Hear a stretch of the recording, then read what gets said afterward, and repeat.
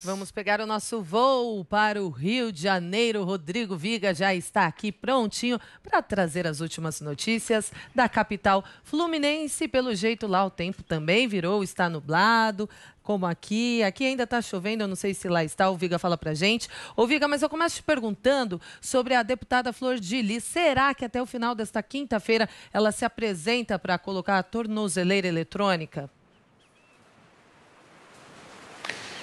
Kalina, já choveu bastante ontem à noite, durante a madrugada, rajadas de vento de mais de 60 km por hora. Eu estou dizendo que essa semana tem um fenômeno, se não inédito, pelo menos incomum aqui no Rio de Janeiro, duas frentes frias em uma mesma semana. A gente não vê isso há muito tempo. A temperatura está mais amena, mas tem perspectiva de chuva, sim, no horizonte. Chuva de críticas em torno da deputada federal Flor de Lis, que está sendo esperada há mais ou menos 20 dias para cumprir medidas cautelares. A Justiça de Niterói determinou que ela fique no recolhimento noturno e também use tornozeleira eletrônica por conta de supostamente ter encomendado a morte do marido dela, o pastor Anderson do Carmo, em meados do ano passado. Mas, nesses 20 dias, ela foi driblando os oficiais de justiça aqui no Rio de Janeiro, em Brasília, onde trabalha como deputada federal. No entanto, essa semana conseguiram.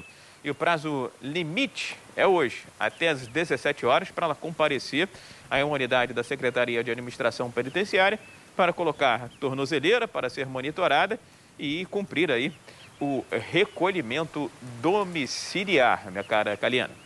Vamos acompanhar, né, Viga? E agora, qual é essa operação que está acontecendo na divisa entre Rio de Janeiro e Minas Gerais?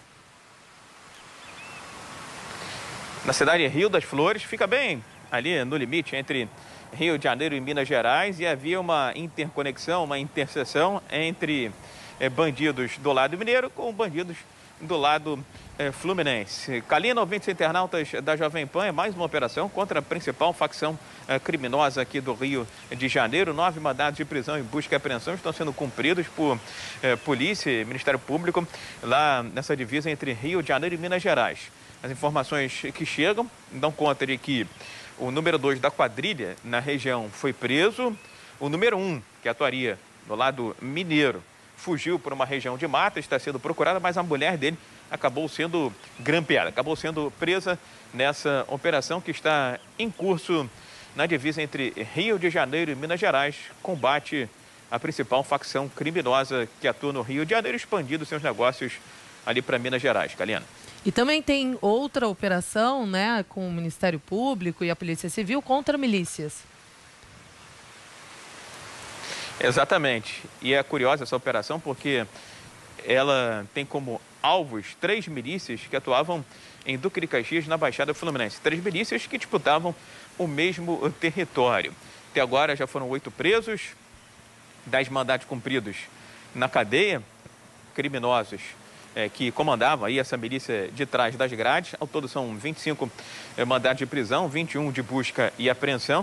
E essas 3 milícias que atuavam em Duque de Caxias, na Baixada Fluminense, sempre temida e perigosa Baixada Fluminense, exploravam de tudo que você pode imaginar, mas atuavam também na extorsão de comerciantes, de estabelecimentos comerciais.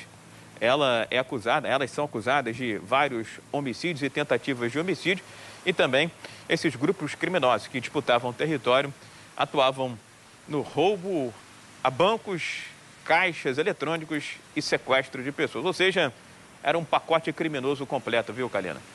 E agora, mudando de assunto, prefeito Marcelo Crivella, a gente até já noticiou aqui no Jornal da Manhã, mas explica melhor para os nossos ouvintes e espectadores qual é essa ajudinha federal que ele tanto quer às vésperas da eleição.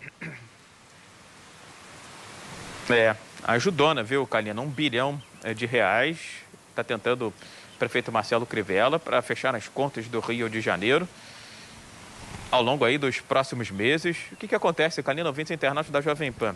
Ele pretendia antecipar esses recursos, esse dinheiro, R$1 bilhão, através do leilão de créditos de royalties do petróleo. Mas o Tribunal de Contas do município do Rio de Janeiro barrou essa decisão, disse que havia ilegalidade, ainda mais em um ano de eleição. Crivella esteve em Brasília, num tete-a-tete, reuniões no Ministério da Economia e também no Supremo Tribunal Federal para avaliar qual seria a alternativa, quais seriam os caminhos, se essa decisão, se parecer do TCM, inviabilizaria esse leilão que, em tese, renderia R$1 bilhão em troca de royalties do petróleo. Agora, essa ajuda também está sendo pleiteada junto ao governo federal, envolvendo também aí créditos de petróleo. O fato é que Calina, ouvintes internautas da Jovem Pan, o município do Rio de Janeiro, estima fechar o ano com um déficit de R$4 bilhões. 4 bilhões com B de bola. O Estado, na casa de 25, 26 bilhões de reais. Então, essa é a situação fiscal, econômica, financeira por aqui. Todo mundo passando pires, pedindo ajuda ao governo federal. O governador em exercício, Cláudio Castro, e o prefeito Marcelo Crivella. Lembrando que hoje, diante de tudo isso, ainda tem a pandemia, né, que exigiu muitos gastos. Hoje vamos ultrapassar a marca infeliz de 19 mil óbitos por Covid-19 aqui no estado. Caliano.